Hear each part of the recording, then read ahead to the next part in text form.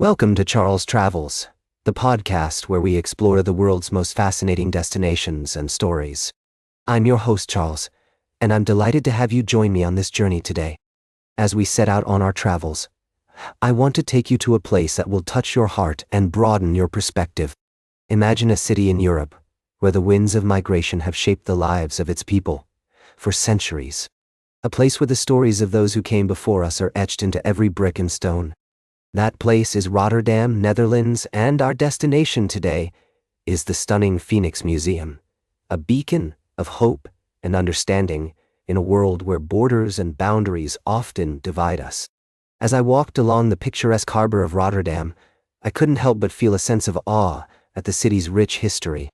The sound of seagulls filled the air, and the smell of salt water wafted through the streets, carrying with it the whispers of generations past. And then I saw it, the Fenix Museum, a magnificent structure that seemed to rise up from the water like a shimmering mirage. Designed by the renowned Chinese architect Ma Yanzong, Fenix is more than just a museum. It's an experience that will leave you breathless and inspired. As I stepped inside, I was struck by the soaring atrium, where a stunning staircase, dubbed Tornado, seemed to defy gravity and swirl upwards like a vortex of hope. The walls, clad in polished stainless steel panels, reflected the light and the faces of those around me, reminding us that we are all part of a shared human experience. As I explored the galleries, I was moved by the personal stories of migration and identity that unfolded before me. A Chinese talisman from a queer man who fled his native China for the Netherlands, a life-size MTA bus with characters made of wood. Each exhibit a testament to the power of human resilience and the boundless potential of the human spirit. But what struck me most about Fenix was its underlying theme, that we are all migrants, connected by our shared humanity. As Ma Yanzong so eloquently put it, we show that migration is not about numbers or facts, but it's really about people. And as I stood on the roof, feeling the wind in my hair and gazing out at the city below, I knew that this was a message that would stay with me long after I left Rotterdam. So join me, dear listeners, as we continue to explore the world's most fascinating destinations and stories. From the windswept coast of Rotterdam to the sun-kissed hills of Tuscany, we'll be taking you on a journey that will inspire, educate, and delight. We'll be right back with more fascinating travel adventures on Charles Travels. Welcome back to Charles Travels. I'm so glad you're joining me again as we continue our journey across this fascinating country of ours. Today we've been exploring some remarkable stories that highlight the ingenuity and creativity of ordinary people doing extraordinary things.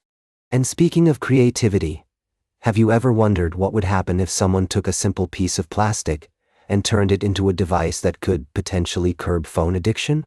Sounds like a wild idea, but stick with me here, folks. I recently came across a story about a viral clip on TikTok that showed a woman scrolling on a completely clear phone with no user interface.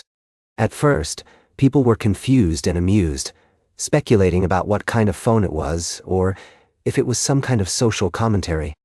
But as it turns out, the truth was much more literal than anyone expected.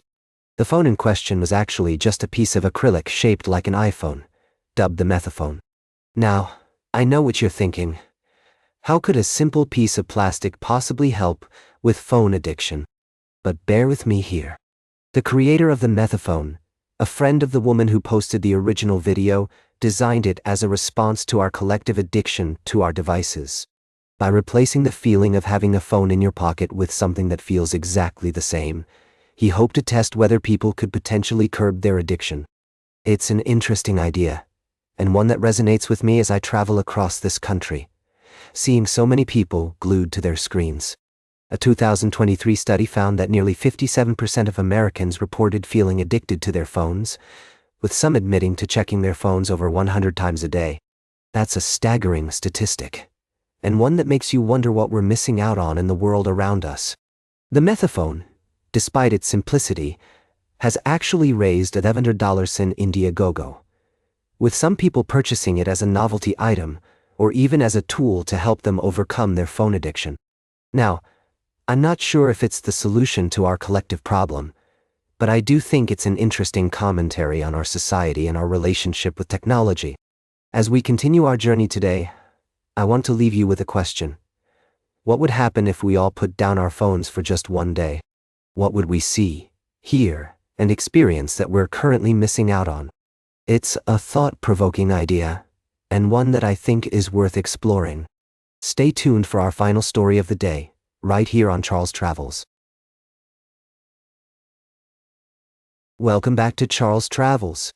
As we wrap up our journey today, I want to take you to a small town in Northwest Ohio, where the spirit of competition and community came alive at the Western Buckeye League Championships. The sun was shining bright at Defiance High School as local athletes gathered to showcase their talents, and I'm thrilled to share this heartwarming tale with you. As we strolled through the streets of Defiance, the smell of freshly cut grass and the sound of cheering crowds filled the air, transporting us to a world where hard work, dedication, and teamwork reigned supreme. The Ottawa Glandorf girls' team was on a mission to claim their fourth consecutive team title, and with 137 points, they left no doubt about their dominance. The Titans' victory was a testament to the power of perseverance and the importance of striving for excellence. As we explored the town, we met the athletes, coaches, and families who make this community thrive. We saw the beaming smiles of proud parents, the determined looks on the athletes' faces, and the camaraderie that defines small-town America. The WL meet was more than just a competition. It was a celebration of local talent, a showcase of regional pride, and a reminder that in rural America, community is at the heart of everything. As I reflect on this story, I'm reminded of the wisdom found in small towns, where people come together to support one another and cheer each other on. The dignity of ordinary work, the beauty of everyday life, and the importance of tradition are all woven into the fabric of this narrative. It's a tale that celebrates the extraordinary aspects of ordinary American life, where individual stories become part of a larger tapestry. As we conclude our journey today, I want to leave you with a sense of appreciation for the unsung heroes who make our communities shine. The athletes, coaches, and families in Defiance, Ohio, are just a few examples of the many individuals who embody the spirit of American excellence. So let's take a moment to acknowledge their achievements, to celebrate their victories, and to recognize the impact they have on their community. That's all for today's Charles Travels. Remember to like, share, and subscribe. And until next time, keep on traveling. Whether you're exploring the back roads of rural America or discovering hidden gems in your own neighborhood, always remember that the journey is just as important as the destination. So take your time, soak in the scenery, and cherish the stories that make our country so unique. Until we meet again, farewell from Charles Travels.